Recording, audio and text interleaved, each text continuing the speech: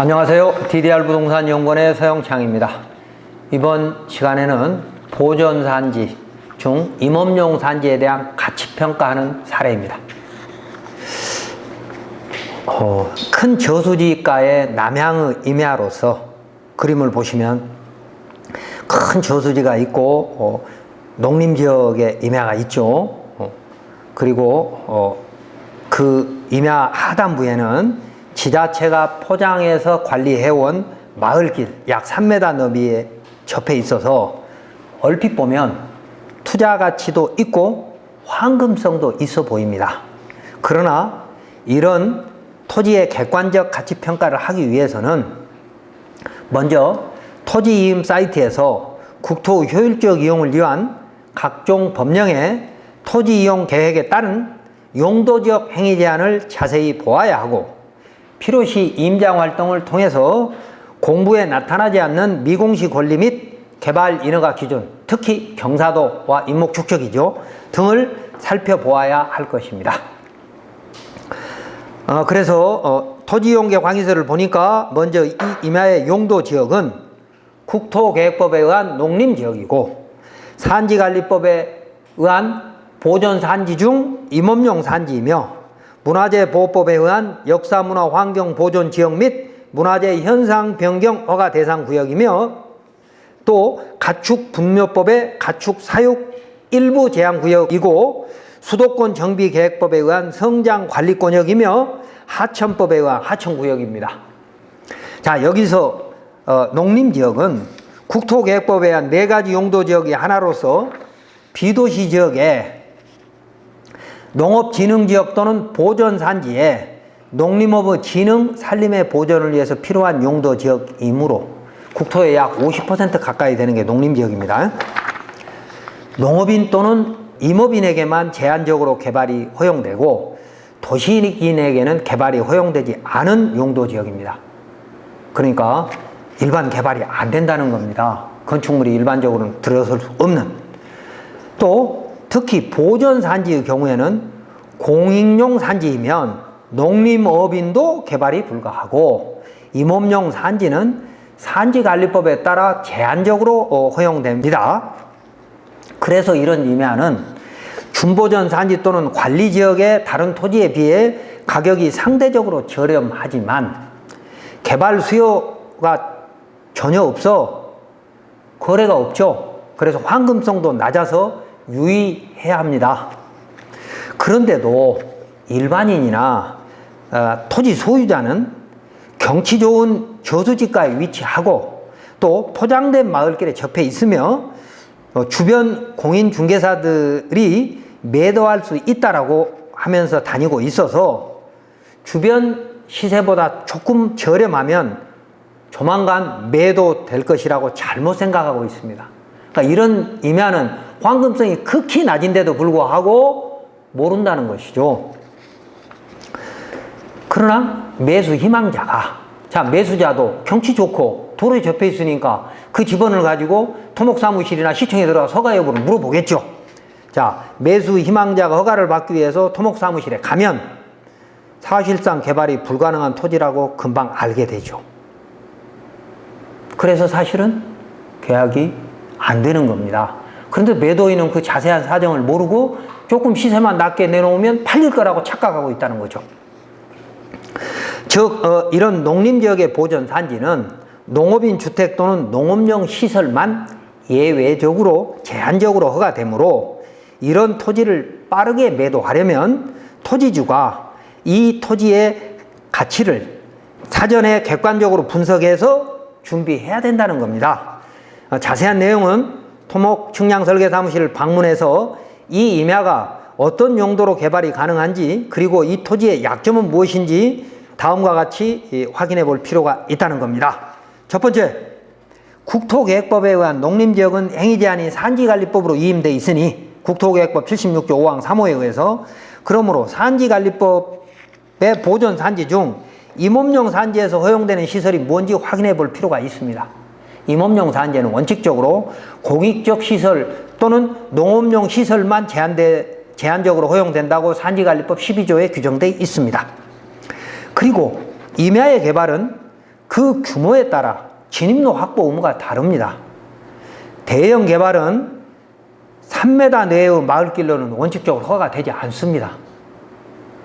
그리고 개발 면적에 따라서 개발행위가 운영 지침의 진입로 너비가 4m, 6m, 8m 이상이 되어야 한다고 하는데, 보전 산지에 도로를 개설하는 것은 준보전 산지와 달리 법정도로 또는 지자체가 포장해서 관리하는 도로에 접해야만 개발이 가능하고, 이때 진입로의 너비도 굉장히 중요합니다. 구체적인 내용은 산지관리법 시행령 별표 4회 1마 10호에 있습니다. 참고하시고요.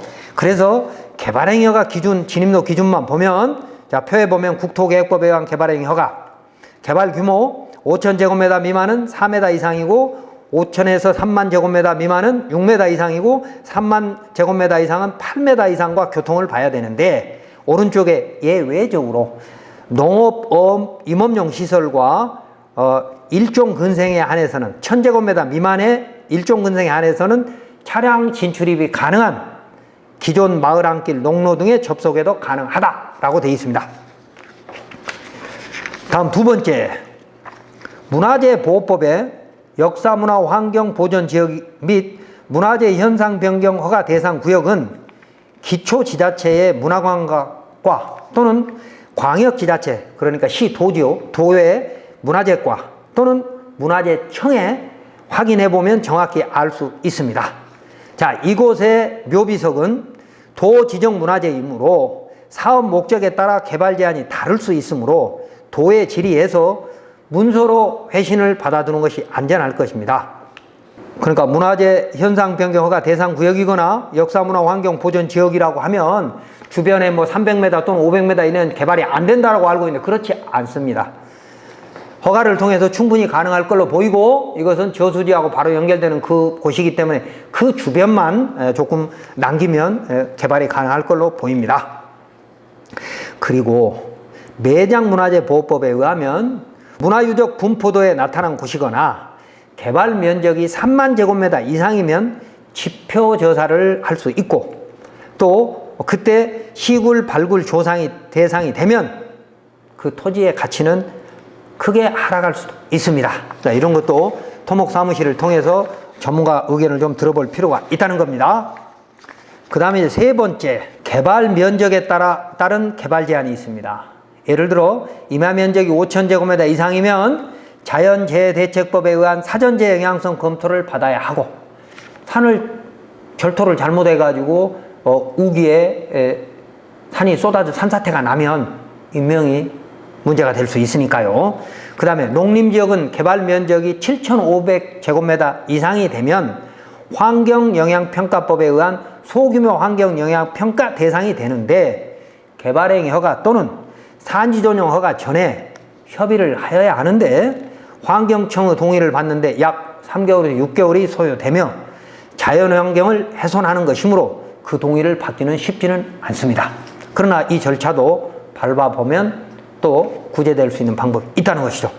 다음 네 번째, 가축사육 일부 제한구역은 가축사육을 안 하면 될 것이고, 성장관리권역은 수도권 중에서 상대적으로 개발 기준이 완화된 곳이고, 그러니까 과밀억제권이나 자연보전권역보다는 성장관리권역은 그래도 개발 기준이 완화된 것이니까 별 문제가 없다 그 말이고, 다음 하천구역은 하천보전을 저해야 하는 시설만 아니면 그 기준에 맞춰서, 하천법 기준에 맞춰서 허가를 받을 수 있습니다.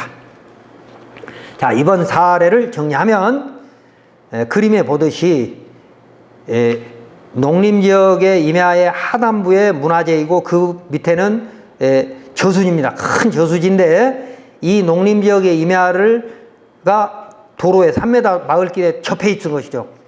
전부. 그래서 성장관리권역, 임업용산지, 하천구역, 가축사육 제한구역은 별로 의미가 없다는 얘기고, 그 다음에 이 임야가 자연환경이 뛰어나고 대도시에서 접근성이 좋은 곳은 황금성이 높아서 쉽게 매도될 것이라고 잘못 알고 있는 토지주가 의외로 많습니다. 그러나 농림지역의 보전산지는 일반 개발이 안 되고 농업인도 극히 제한적으로 허용되며 특히 개발 면적이 5,000제곱미터, 그러니까 1,500평 이상이 되면 여러 가지 환경 허가 기준들이 중복돼서 적용되므로 실제로는 황금성이 극히 낮은 토지인 거죠.